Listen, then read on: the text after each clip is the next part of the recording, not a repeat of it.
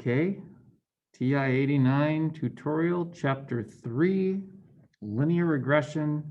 Right now I am looking at chapter 3 notes, page 8. I've got a data set here that we're going to type into the calculator. I'll use it to show you how to find an LSRL, how to graph a scatter plot with line of best fit, maybe a couple other things as well. Now I have already inputted these lists into my calculator. Typically what I'm going to do is my X variable goes in list 1, my Y variable is going to go in list 2.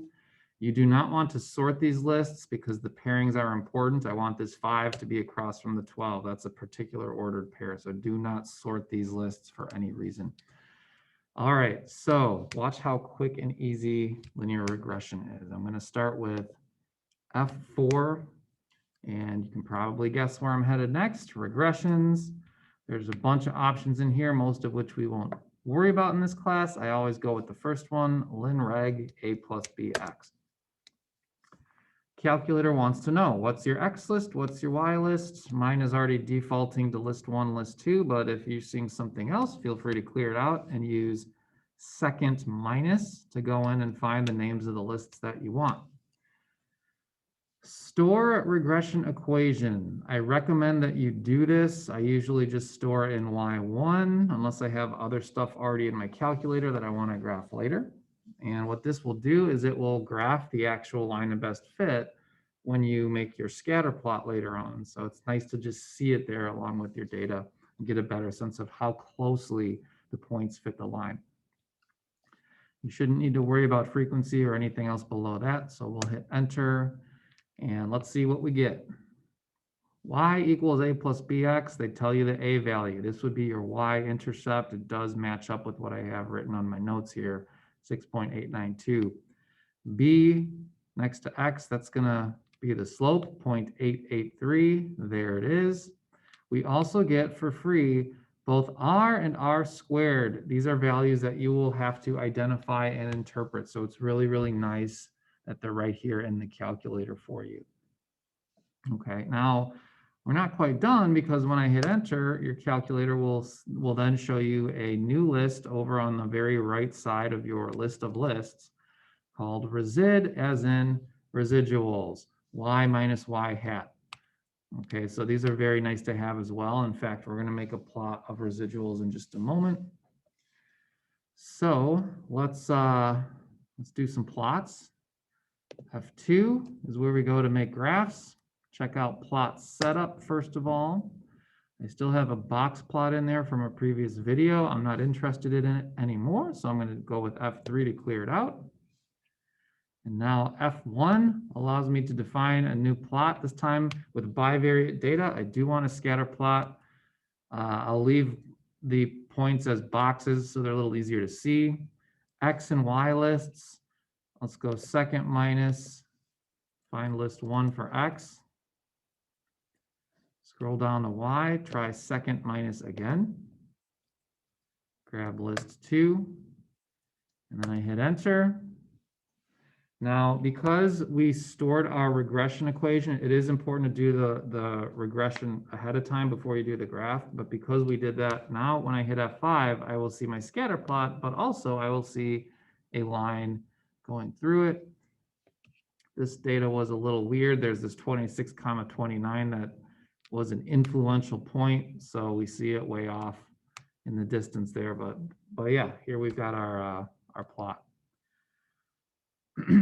All right, I'm going to make my way back to my stats list editor. You'll notice a lot of times I'll hit second apps, and that will try to switch back to a previous app that you've been using. So from a graph, you can get back to the stats app really quickly with that trick.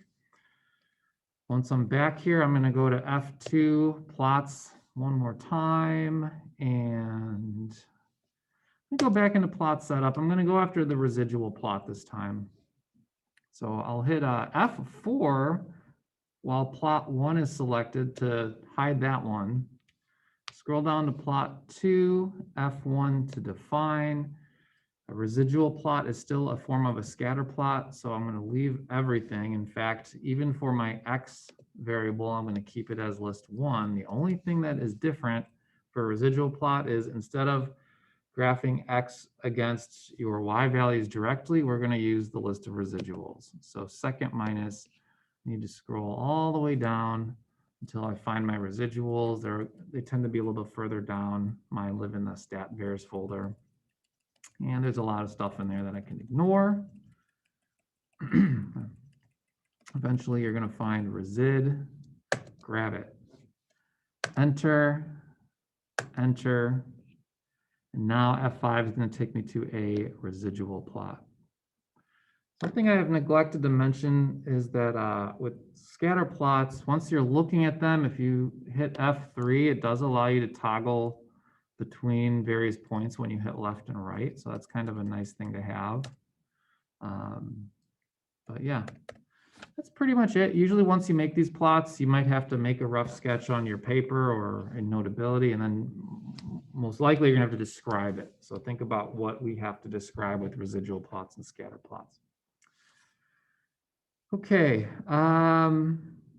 what else can I show you? What else can I show you? You know what, real quick, since I forgot it in a previous video, as long as we're looking at graphs, I'm gonna go back to the stats list editor one more time. I should have probably showed this in chapter 2, but if I go to F2 one last time, there is a plot called a normal probability plot, which when graphed can give us evidence if a single variable is normally distributed or not. And the way it works is it's doing some work with z-scores such that if the points on the normal probability plot are approximately linear, then the data they're getting pulled from is probably approximately normal.